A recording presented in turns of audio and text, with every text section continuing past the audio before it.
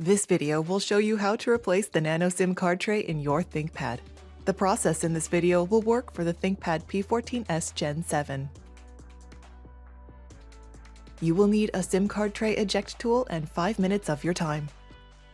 Caution: to avoid damaging your device with electrostatic discharge, work on a hard flat surface, use an anti-static wrist strap and mat, or discharge static by touching a grounded piece of metal.